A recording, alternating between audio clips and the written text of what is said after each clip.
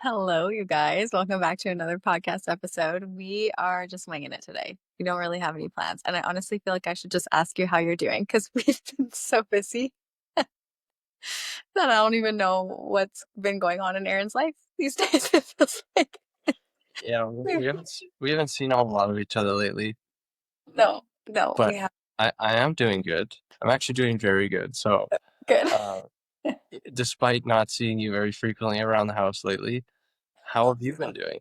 I've been doing good too. It's been busy. So the reason why we've kind of been like this is I've been working quite a bit more since coming back from Australia and have just been doing because I'm obviously in network marketing and I run like a fairly large team of people. And I shouldn't say I run, we all kind of work together and we collaborate, but I work alongside them a lot now that I've been back. And it's been really nice actually to like be able to get together and do things in person and not be like on the complete opposite side of the world as everybody. So it has been really nice, but I also feel like I have been gone and out of the house a lot. And Aaron's just been like home and dealing with pretty much everything else while I've been doing that. So, um, yeah, we've been kind of all over the place and just kind of like connect when even today you were like, "When are you home? I'm gonna go to the park." I'm like, "Home in 10, I'll come with you." Like Yeah. that's pretty much like what our lives have been like the last little while. It's been a little hectic, but I feel like in a good way, like we're finding a good groove. Yeah, I think too. Like, I mean, it's not like what you're doing isn't the like regular schedule of what you would do, I would say, for work. You're going for like a pretty substantial goal at the minute, and so together we just decided that you go and do that, like almost full stop. Just you go and do that, and I will take care of what the kids need. So whatever back at the house and whatever the kids need, I'll just do that. So that's kind of why you haven't been around very much, but you've been pursuing something, and so yeah, that's just part of the what we've signed up for is that I guess that's one of the drawbacks, if you want to call it, of pursuing something is that's one of the costs that need to be paid. And in this case, it's just not seeing a whole lot of each other for the moment. So, yeah, how are you feeling about your big goal?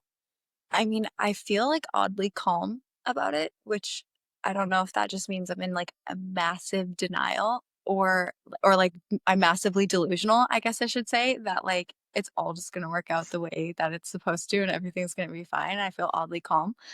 Um or I'm just like, yeah, I don't know. Or that's just a delusional way to look at it and I should be stressing out. I don't know, but I feel oddly calm so far. But I think a part of that is just because, like, for the first time in a while, it actually just feels really super fun that I'm not like overly stressed about the outcome because I'm really having a good time with what I'm doing. So then I'm not like constantly worried. I just am like, this is fun. And if this keeps going in this way, regardless of the outcome, I'm having a lot of fun. So I think I'm just trying to like continue on that mindset around it and not have it be something that is stressful. Cause at the end of the day, it doesn't really need to be stressful. Like it's going to be whatever I make it. And I'm sure there is going to be like stressful moments. Like I go through these periods of like everything feels super fine and I'm like very, like, calm around it, and then I'll just have, like, a moment of panic.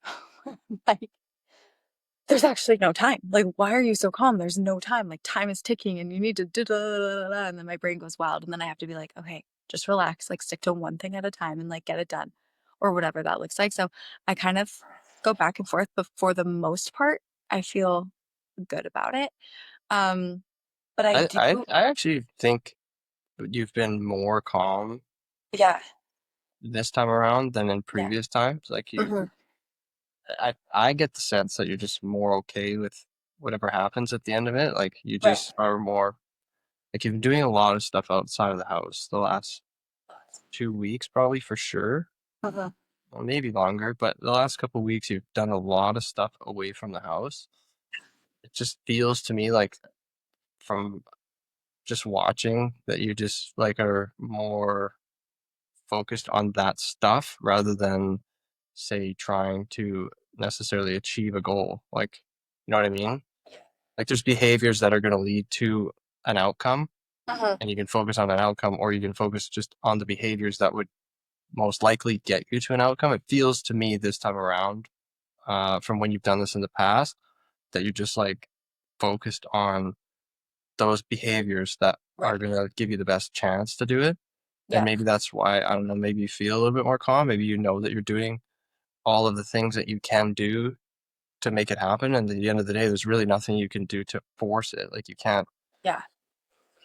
I think you're absolutely right. Like, I feel like I'm in so much activity that I'm not super stressed about the result. Like, I just am like, there is something on my calendar and something to do every single day that I don't have time to like, I mean, and in our business too, like for those of you that like listen and don't really understand how it works, but like it's all done through sales.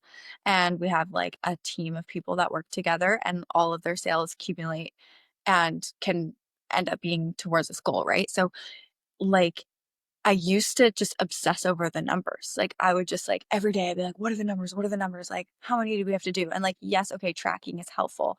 But I feel like I've just been so busy with actual working that I don't feel so stressed or even I'm not even constantly going back to checking the numbers because I just am like, there's so many other things that I could be doing with my time than just stressing over making sure the numbers have jumped a little bit or are these people getting orders in or like whatever. It's just been Right. different.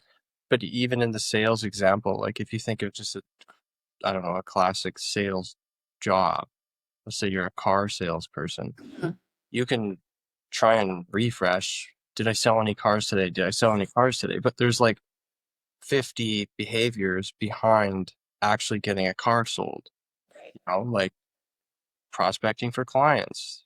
Maybe people are in a pipeline and you have conversations with them, maybe multiple conversations with them. Maybe Mhm. they come and test drive the car, and maybe they have a consultation for financing with the vehicle. Like there could be like, maybe Literally, marketing the yeah. vehicle 10 different ways. So there's a lot of things that go on behind actually Yeah. getting that one car sold in this example. And those are the things a car salesperson should focus on rather than, did I get any car sales today? Which is you in that scenario, you're kind of missing the key points Mhm. of actually being able to get a car sold, right? And that's where I think this time around, it feels to me different, where you're like just very focused on the things that you have to do and the people that you need to work alongside and Mhm. help teach and whatever it is to Yeah. get those sales numbers to increase.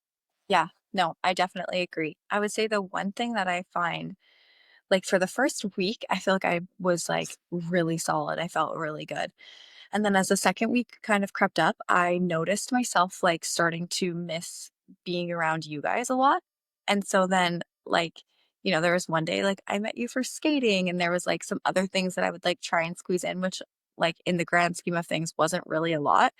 But I just found myself kind of feeling a little sad, like that I wasn't around. And I was thinking about this because the first week, and there's been some days where I've been like, I've left at 9 o'clock and I've been home at like 4 and home at 5. Or the other day I left at like 10:30 and I wasn't home until 9:30. Like I've had some days where like there's just been things where I've had to be out of the house for like long periods of time. And it made me think like I just spent 6 whole months straight with you guys like all the time and being able to do like what we want to do and stuff and like not that this um is not worth pursuing either. Like it obviously is or else I wouldn't be doing it, but I was like, "Man, I miss my family a little bit, like, to be around them all the time and come home and put the kids to bed," and I'm like, "Oh, I missed you guys today." Like, it does kinda hit me a little bit, but I also just have to keep reminding myself, like, obviously, this is for, like, the greater good of all of us going for this, and it does make me feel really good too, knowing that, like, you are here with them, because then I just feel like it's just better. I'm like, at least no one else is looking after them. Like, at least they're still with you and like we keep it in the family and like it just kind of makes me feel good. But I definitely do miss being around you guys, like, a minimum 6 hours a day. Well, it's a big change. Like you It's said, been a big change. we were literally every single day, the four of us, for Mhm. right around 6 months. Yeah. Every single day Yeah. we were together. I was reading this morning and I saw something that Charlie Munger, who's like a world famous investor. He passed away recently, but he's like uber famous in the investing world. Mhm. Worked with Warren Buffett. But he had like these simple rules for like success in life. One, for example, is like save more than you spend or earn more than you spend. Mhm. And another one was like he's really big on is if you're able to delay gratification, it's almost like inevitable if you follow these simple rules that he has. Like, oh, there's like probably like six or seven that he had, and following these simple rules. But one of them was delayed gratification, which is exactly what you're talking about. Like Mhm. in the short term, it's by no means ideal for you personally or for our family for you to be out of the house as much as you are Yeah. almost every day. Yeah. Today was the first day in a while you were only out of the house for maybe a couple of hours. And You I kind was of good worked more, here. but it just You didn't kind of work worked out. here, but most days you're just like MIA. Like it's we don't even factor you into what we're doing that I day. know. But it's like a it's easy to get wrapped up in that. Like this is uncomfortable. This doesn't we don't like this, and it's Totally. easy just to throw away what really good things could come from it down the road. Mhm. But and this is a really important thing to me. I don't know if it's just like innate. I've just always been this way. But I've always kind of viewed it the opposite of that. Like I've always kind of viewed like I really want a great life down the road.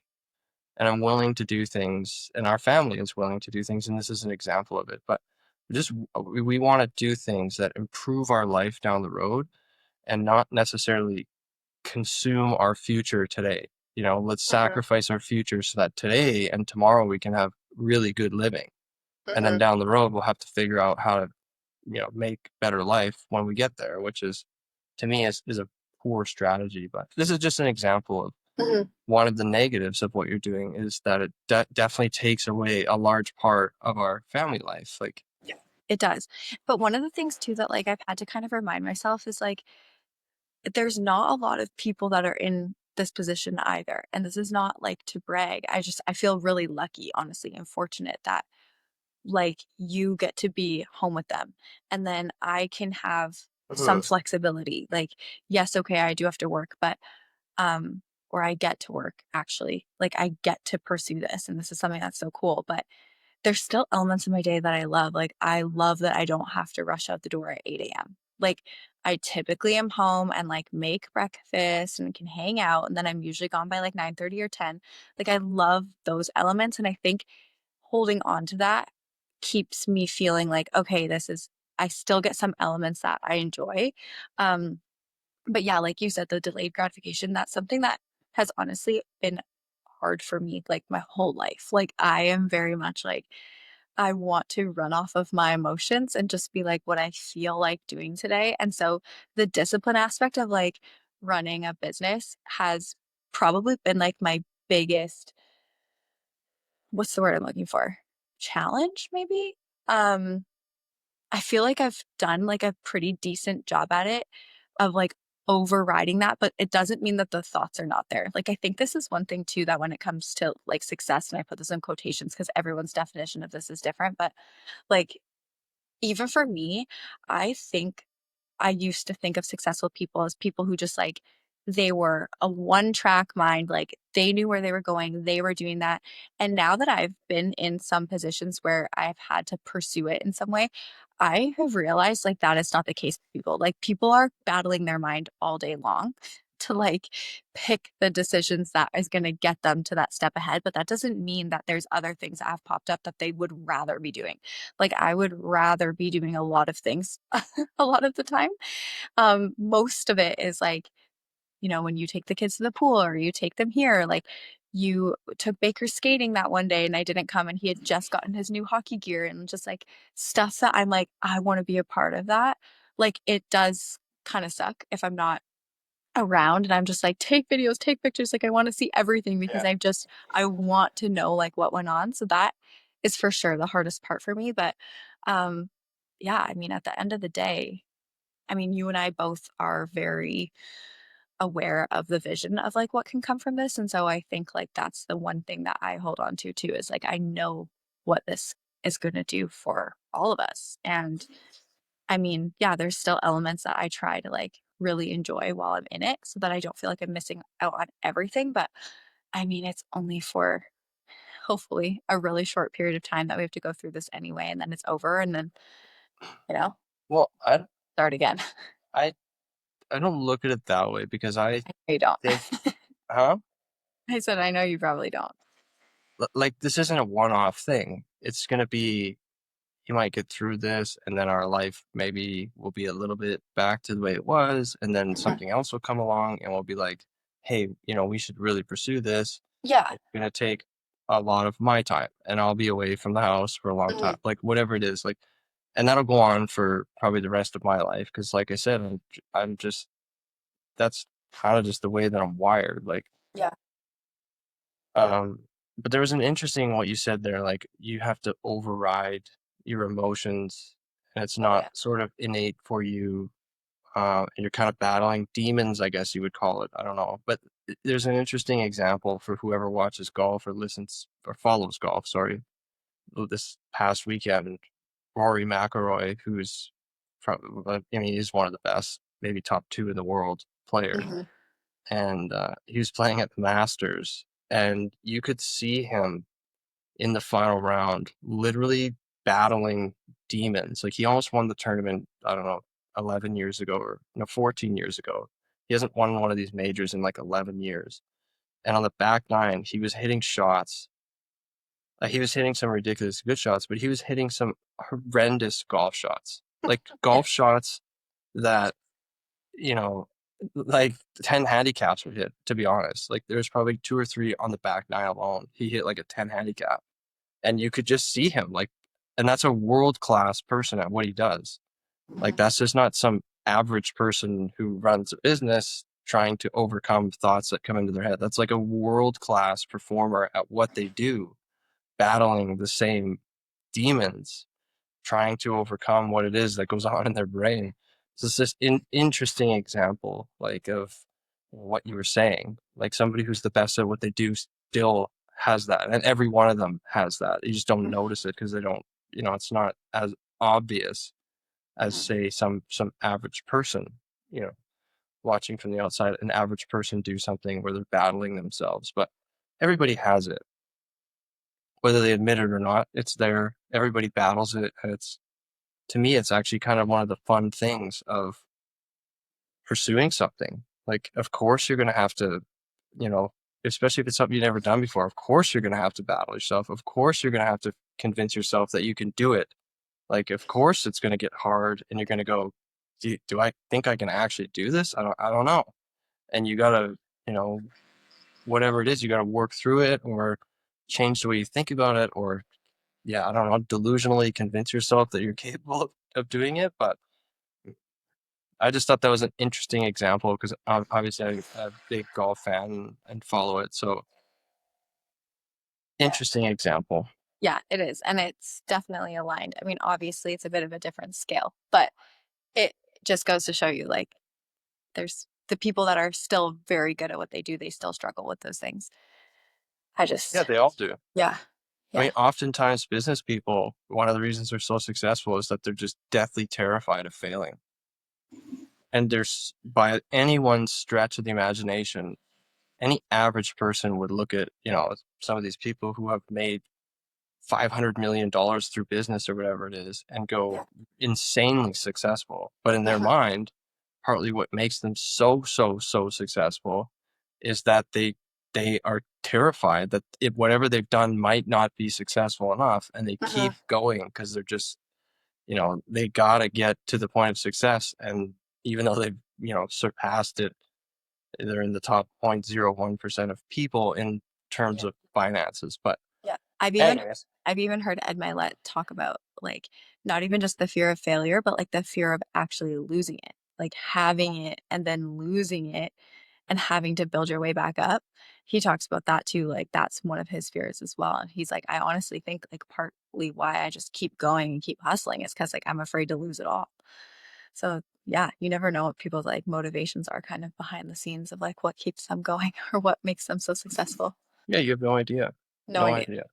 Yeah. Um, an an interesting story from today, Okay. that just it blows my mind every time I do this, but it happens in different ways, but today was really mind-blowing. So, the other day, one of the kids' grandparents bought them a quad.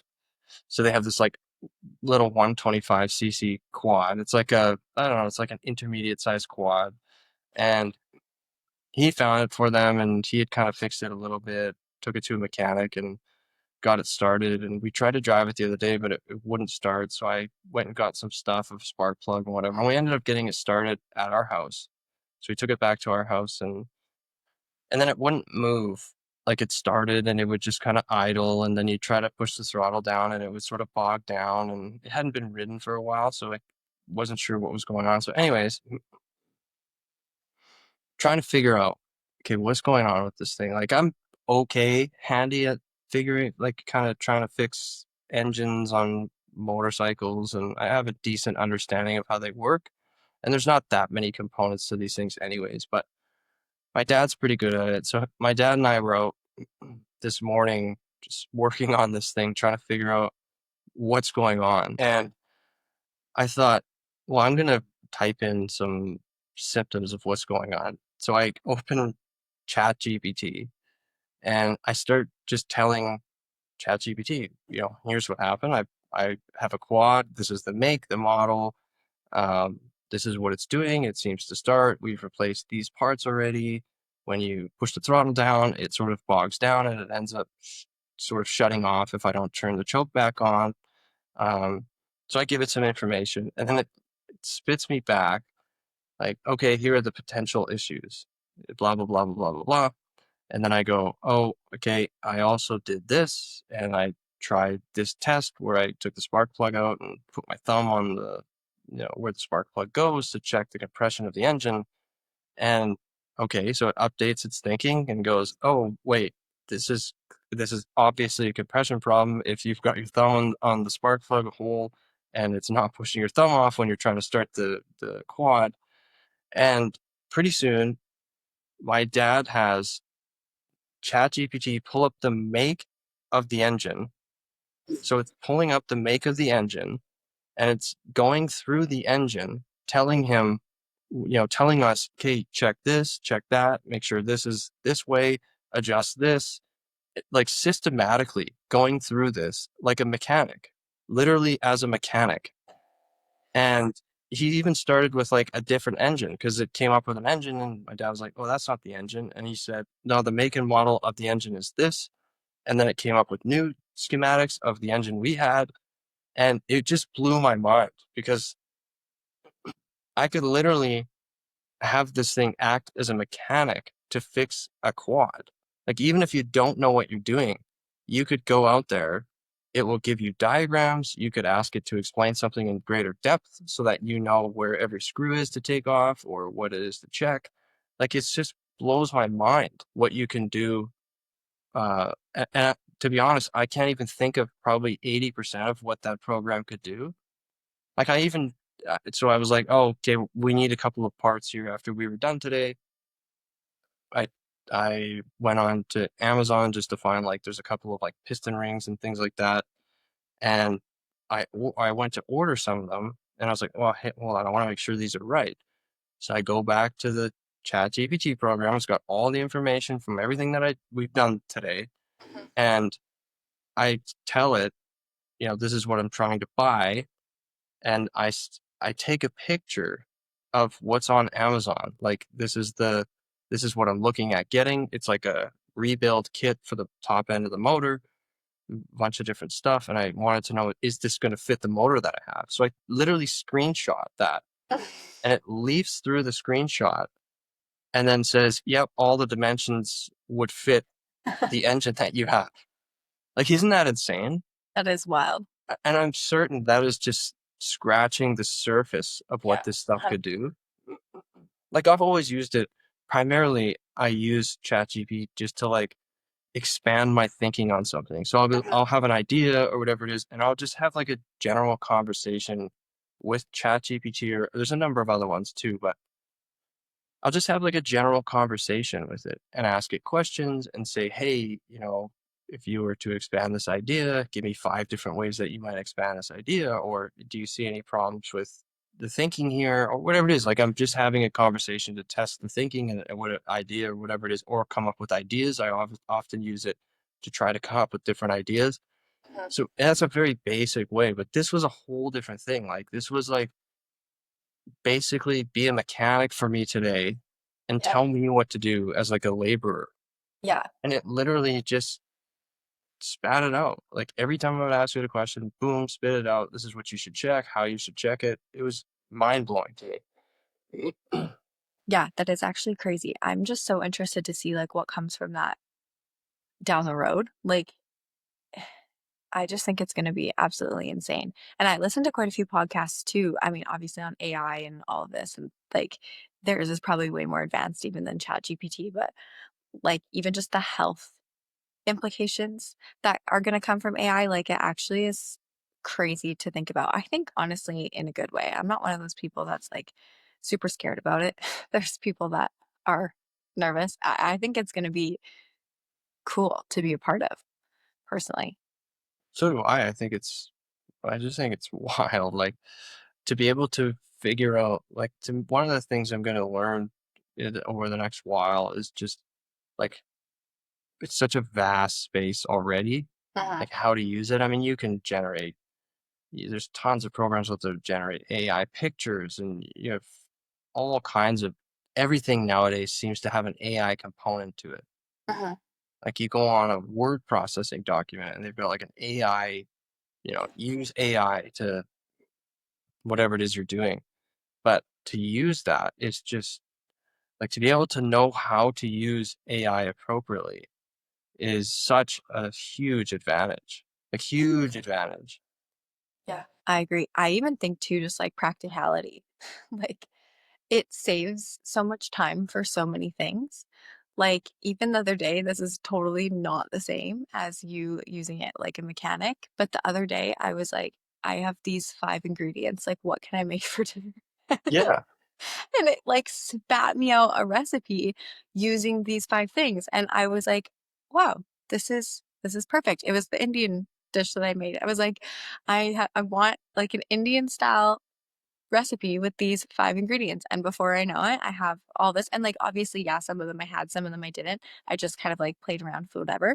But I was like, this is so genius. Like, why do I not do this every single day? And even like I know a lot of people who utilize it for their social media and like writing captions for posts or things like that, like stuff that you can make it sound like you because it gets to know who you are, right? And then also it like you can essentially say like these are the things, the touch points I want to touch on, like write this for me eloquently. And I feel like for myself that is massive because I have always doubted my ability to write. If anyone's listening to this, you're like, "Oh, great, now all your captions are AI generated." It's not actually true. I don't do it for everything, but um, it just is helpful when you're like, "This is the idea I'm trying to portray, but I don't really know how to go about it or whatever," and it writes it for you so well, and you're like, "Oh, this is perfect." It just saves so much time for like regular day things. I think it's gonna be really cool when it like starts to advance. I'm so curious about the health things that come from it and just like people getting blood work and it analyzing your blood work like right away and being able Yeah. to like notice things that might be off, that might be missed by a doctor or whatever. And then, okay, yeah, you might have that a doctor come and deliver that information to you and then create a treatment plan and stuff like that if they're still wanting to utilize real people in that scenario, right? Like you probably don't need them, but if you feel the need that to do that, you can. But I just think there's going to be like so many health advancements that come from it too. So I'm like so curious to see what that looks like. Yeah.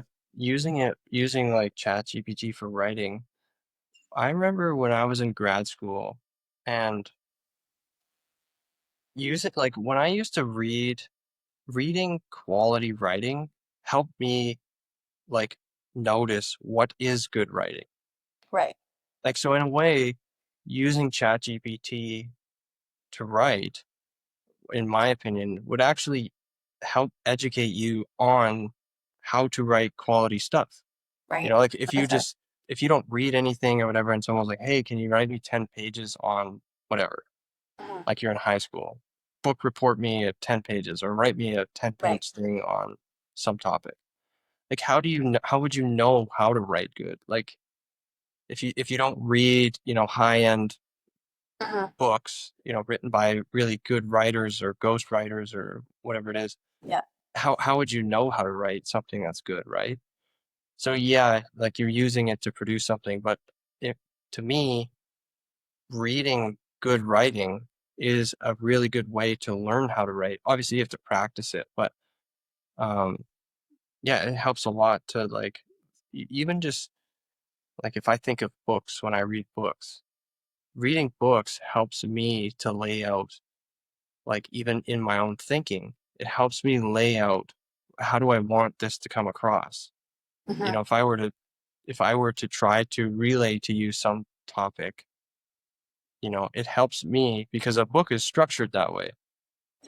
Most books that are nonfiction, I guess, they're structured in a way that kind of teaches you the things you need to know up until the end of the book.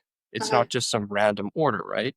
Yeah, yeah. You don't get that sense reading one paragraph, but when you read the whole book or you read numerous books, you start to see the pattern of how the writing's laid out across an entire book.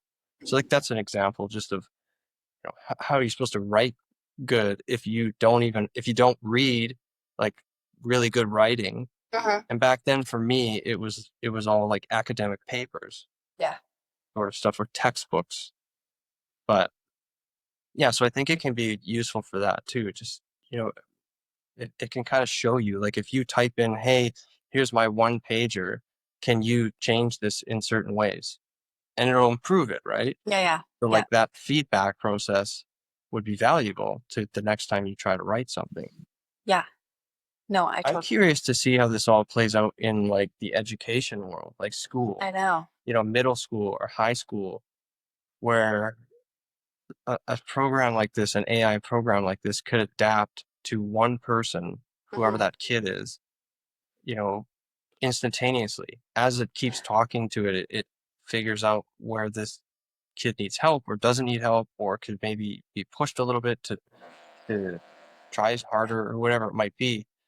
Um, Whereas you have a teacher now with 30 students in a class, they're all getting the same thing. That teacher can't, it can't make iterations to the lesson plan for 30 different kids. It's just not Right. possible, right?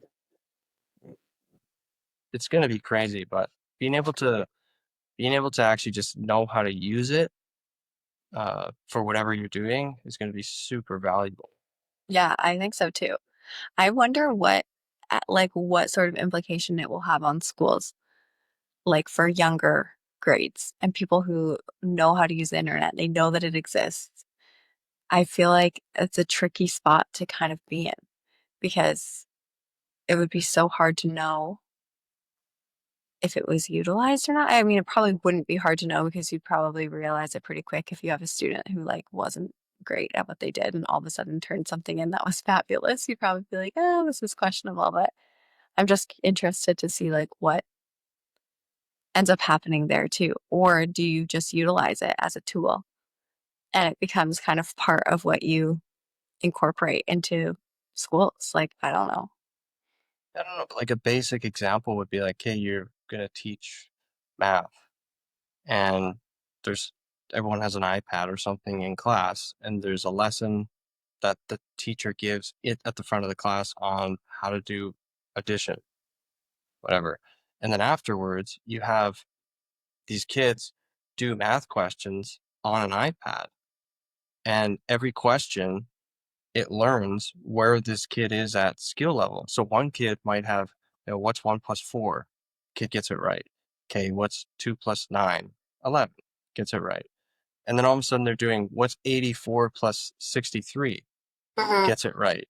And then the other kid gets 1 plus 4, gets it wrong. What's 2 plus 2? Gets it right. What's 1 Yeah, plus it 7? adjusts based Gets off. it right. So, like, there's no use in giving the second kid what's 87 plus 63 or whatever. Like, they can't do, so you have people working, this is what Mark was talking about a couple of weeks ago with this challenge point idea. Like, you don't need kids to be doing things that are way beyond their skill level or way under their skill level. So you'd be able to help kids learn faster by utilizing that space, that challenge point area just beyond them. So you don't have to do like full 3D glasses and everyone stares at the roof and watches someone do math. Like you can Mhm. have a teacher up there doing math, teaching them whatever the lesson is around basic addition or whatever it might be. Right. But afterwards, you could use an AI program or something to help them, right? Mhm. Yeah. So that's just an example. But who knows? It could get to like full blown, just show up and put goggles on and sit there for 2 hours while there's some lesson going on and learn how to do subjects. I don't think that's great, but I don't think it's great either, but who knows what it's gonna end up like. It'll be like the yeah, people on Wall-E, you know? That we were just watching that movie with our kids today. The Wall-E movie on Disney. I don't know if you guys have seen it, but it's like they all kind of like get attached to screens and then they become really overweight and float that's there. exactly it. Yeah, They they're can't all do in the they world. just like there's just like a screen. They're like, "Oh, okay, yeah, let's buy this. Change this color." It'd be like that with all the kids sitting in class. Yeah. So I don't think you would get to, at least not while we're around, but No, hopefully not. or Uh, while our kids are going through school, but yeah, who knows? it's definitely valuable. Yeah, I think so too, but obviously to some extent, like there still has to be things like critical thinking and like life lessons that people have to learn. You can't take those things away. Yeah, it's true. That's what the fine line is, but I also think if you don't give kids the tools, like nobody wants their kid on an iPad 24/7. No, of course not. But I don't think there's any parent out there who would say, I don't want my kid to know how to use technology. I would disagree. I think there is people, but I think that's because they think of it from like a fearful standpoint. Like they're more worried about like the social media side or the influence that can happen through utilizing technology. But like I think there's people that are like, we are no screens, we know this, know that, which is fine, like to each their own. But I kind of agree with you. Like our world is operating more in like a tech space. Like not that we want our kids in front of iPads all day long, but like knowing how to operate them, I don't see how there's like real problems with But that. I'm not even just talking about like how to operate a iPad. I'm talking like how do you use this stuff to make your life better? Yeah. You know? Like if you don't know how to use AI stuff, that's a serious disadvantage. If you're 5 years old today, and by the time you're 20, you don't know how to use AI stuff because you Mhm, never had a TV or you never had a computer or whatever. mhm. Like that's a really big disadvantage in my opinion. You are seriously disadvantaged in life at that point because it's going to be everywhere. Yeah, it's true. So I'm not talking about like, oh, get a Yeah, to phone watch and go on Netflix. Instagram. Like Yeah. I'm not talking about that. I'm talking like, hey, are you aware of these AI programs and what they can do? Like very Mhm. basic one, like ChatGPT. Hey, you don't know how to do something? Just like when I don't know Well, how we used to long, always just say Google it. 15 years ago, we used to Google it. Hey, you don't know how to Google it. do something? Yeah. Why don't you type it into Google? Yeah. Like for some kid to not know how to find ChatGPT or one of the other 25 programs like ChatGPT that Uh-huh. are in an infant stage and in 10 years from now they will be mind blowing. Mhm. To not know how to use that is like you living in a hut in the middle of the woods and you're like hunting for food every day and cooking it over a fire. Like that's what it's like. That's what it would be like, in my opinion. Caveman era. Yeah, you're living like it's 1990 when it's 2035. Yeah. Like and a 15-year-old kid or a 20-year-old kid. Like Mhm. there's kids in university and high school that start like substantial businesses on a computer. Yeah. Like no employees. substantial business on a Compute. computer. Right.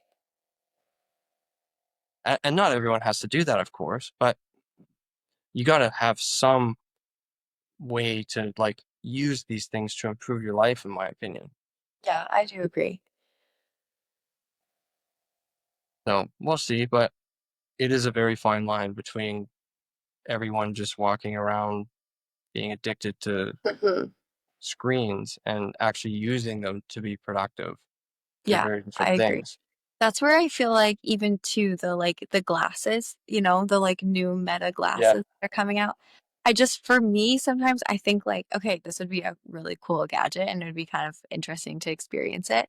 But I'm like, I don't feel the need to be like I'm already stimulated enough, like with my phone to like have to look at it and see messages or this or the weather or what's this or like, I just feel like to have those things just there, like popped up in your eyes like all the time. I just feel like that's a lot. But then again, watch me in like 2 years have them because everyone's going to say they're the coolest thing ever. And it's just like part of the evolution of technology. But anyway, I just like, That's exactly what it is. Because that's exactly what it is. 15 years ago or whatever, had you been like, yeah, I don't know, 15 years, call it 15 years ago.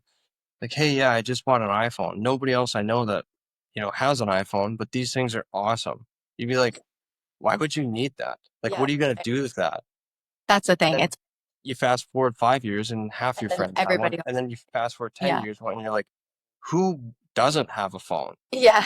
Like, if you don't have a phone, you look at somebody being like, how do you even live? Yeah. Literally, you would ask them So that. true. I know. And so eventually, I'm sure that's exactly what's going to happen with these glasses as well. But sometimes I just think I'm like, that just seems too overstimulating for me. Like when does it end? It's like, when does it end? Do you ever just, And I know, I know, but I just think that's a lot. I'm like, that's extra.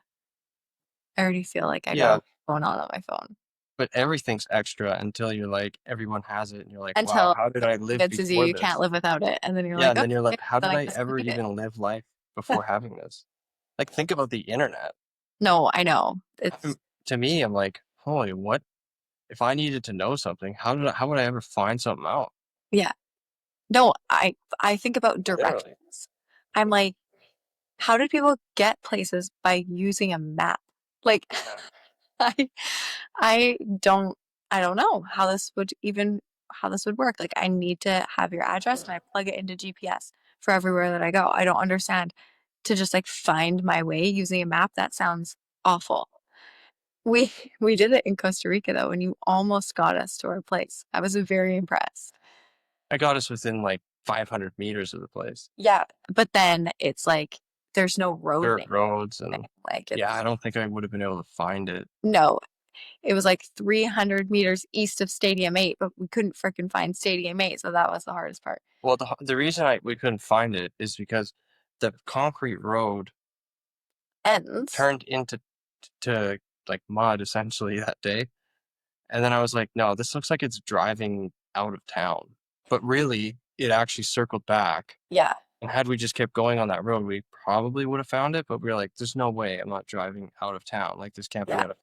yeah. So, But you got us very freaking close, and but I it was got us shocked. from the airport 2 hour drive to our On a Airbnb. map, using a map. I was like, "Are we really doing this?" You're like, "Yeah, we're gonna do it." I'm like, I "Oh, love it. I love it. that's wild." Awesome. Um, have you been reading any books lately? No, I haven't, but that's because I don't have time. Fair enough. I've been focusing on other things. I even was thinking too, I'm like, I've been driving in silence a lot lately. No music, no podcast. Like if I have a 20-minute drive, it is silent. And I just sit there and I think and plan. And if you know me, you know that, Are you okay? yeah, I know. But that's because I feel like I have so many things running through my head lately with everything that's just been like going on and what we're working for. So I just feel like I have so many things running through my head. I spent 25 minutes today driving in silence with nothing on and I was just like I just need to like think and like what am I doing? What's my plan? And what am I going to do when I get home? And Like, yeah, because I just it's overstimulating. So no, I haven't read any good books. And the books that I have been reading lately have been like nonfiction, like thriller series, because I just need to distract my brain. I've Taking been a break listening from the to personal growth side of things right now. in the car, I've been listening to some pretty outrageous music, but um, Pick probably the up the most kids. outrageous is the kids have found this song. I don't know. It's like I think the thing is called like kids ridiculous music or something. It's like a playlist on Spotify, and it was Minions, and you Yeah, can't understand a word that's said other than papaya and Luca yeah, and banana. yeah. And And Luca it's like loses his EDM. mind every time they say papaya. They say it like four times in the song. He just like freaks out laughing and yelling, and so that's what I've been listening to driving around. Yeah, It's less than peaceful, I'll thrilling. say that. But I've also been my reading. I've been It's for the a only time while. you get to yourself in the morning For is to read for I've like an been this hour. way for a while. Like I'm very interested in like financial markets and just sort of what's happening globally. And the real reason or the book that got me into it was one by a guy named Ray Dalio. It's called Changing of the World Order, which is a fascinating book, um, which is all about like how countries go downhill, how countries go uphill, what are the factors, and he kind of lays out how this is going to look maybe over the next 10, 15, 20 years as it stands today. Really interesting book, especially when you look at what's going on right now in the world. Like you have the United States doing their tariff thing and how it's affecting so many different places and they're all forced to respond. And that's a very like narrow look at it all. But if you step back and look at all these factors that have happened over a number of decades, you can kind of see how it's leading to this. But Uh-huh. so I've been reading books primarily about that. Another one that I read, actually Ray Dalio did too, was called The Big Debt Crisis. So like what happens when a country gets so in debt. Did you read Uh, that book? Do you have it? I actually read it on the computer. So Okay. he's put it out as like a PDF for Okay. free. It's like a So free one. Okay, that's what I yeah, so thought. I actually read it on the computer. I don't have that book. I'm gonna buy that book because that guy's a genius in my opinion. Yeah. I'd love to And talk to you're that a guy. big physical book guy. You're not at Yeah. all. I have the other two here that are really awesome. One is called Principles, Life and Work. And then the second one I just mentioned was Changing of the World Order. And he's coming out with a third one that I'm going to read too. But then I'm reading another one called The Big Print, which is um, it's a book about like how money has changed over time, and you know, in his opinion, it's going to change again now. What is money, and like they use a bunch of different monies over time, whether it's gold or different coins or whatever. Now we have this paper that's made up out of thin air, and Literally how print. it's going to change it. And in his opinion, I haven't got to his opinion, but I know the gist of the book. But in his opinion, there's going to be a lot of it printed over the next while. So all it's all like to do with economics and finances and what's going on around the world and how those play into those different things. So it's all stuff that I really enjoy reading about and learning about. It's like a very mentally stimulating, like an intellectually stimulating topic for me. Like it's almost like I find it almost like as a problem to solve, like this big convoluted issue that the more you can understand about it, you're never going to solve it, but the more you can understand about it, maybe the better you can see what's coming or position yourself or whatever it is. But I don't find anymore. I used to be big on like, give me a book that's going to teach me some skill and I'll try to use it. Like for example, how to negotiate. Like I got a couple books on how to negotiate. They're valuable, but they're not like you don't walk away going, thinking about all of the different things Who that you're came going to up. And negotiate with next. yeah, you're just finding opportunities to be like, okay, how can I use this point on negotiation? Mhm. Like, Yeah. but you're not gonna sit there and think about the book in that way. Yeah. You know what I mean?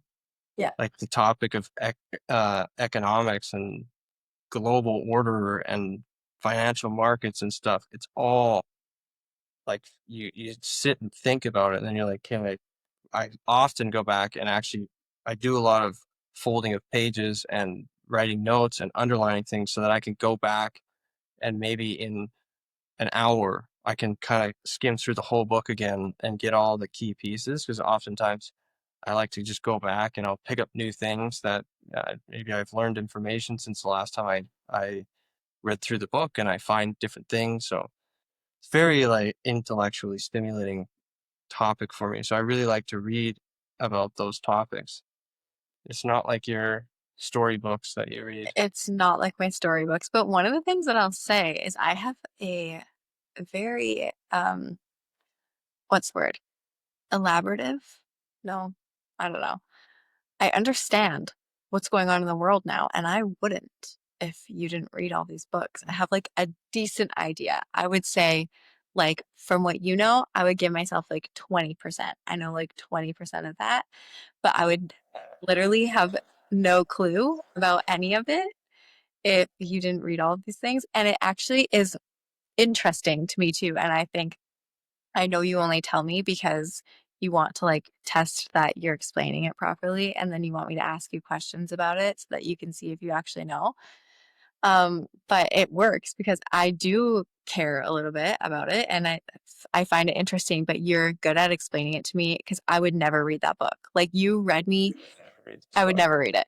You read me through in the Changing World Order book, you were, like, reading me sentences, and I literally like, the words that were in there, I was like, "Hold on a sec. You need to, like, slow down, and I need to, like, look at the sentence, like, 3 words at a time," because I was just like, "My brain can't wrap around this." So there's no way that I'd be able to read a book like that because it would be way too hard That's for me. that's honestly that's how I feel. Like when I read the book the first time, I I remember numerous books, I would force myself just to read through them. I would read through pages and pages and I'd be like, I don't understand 30% of the words that are on this. That's how Like I I felt. don't. They're like so many of them are financial terms or Mhm. terms within economics or whatever, political terms.